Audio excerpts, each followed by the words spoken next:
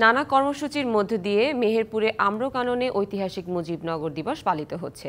সকাল ৬টায় মুজিবনগর স্মৃতিসৌধের সামনে জাতীয় পতাকা উত্তোলনের মধ্য দিয়ে শুরু হয় দিবসের কর্মসূচি।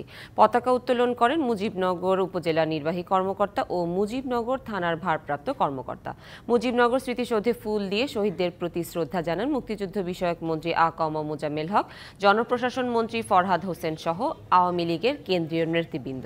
এ সময় আ.ক.ম মোজাম্মেল হক বলেন, এরই মধ্যে ৮,০০০ ভুয়া মুক্তিযোদ্ধার সনদ বাতিল করা হয়েছে। আর কেউ ভুয়া মুক্তিযোদ্ধার সুনির্দিষ্ট তথ্য দিতে পারলে সেই সনদও বাতিল করা হবে। পরে কুচকাওয়াজ, জাতীয় পতাকা উত্তোলন, গার্ড অফ অনার ও গীতিনাট্য পরিবেশন করা হয়। এরপর শেখ হাসিনা মঞ্চে হয় জনসভা। এতে সভাপতিত্ব করেন কেন্দ্রীয় আওয়ামী লীগের যুগ্ম সাধারণ সম্পাদক আ.ফ.ম বাহাউদ্দিন নাসির। প্রধান অতিথি আওয়ামী লীগের সভাপতি মণ্ডলীর সদস্য কাজী জাফরুল্লাহ। মুজিবনগর হচ্ছে বাংলাদেশের প্রথম রাজধানী।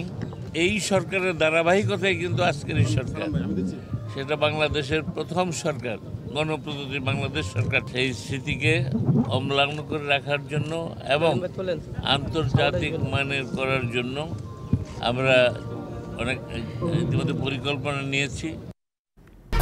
১, ২, ৩ ঢাকায় জমি জিতে নিন ১০০% ক্যাশব্যাক সহ ২০ কোটি টাকার পুরস্কার।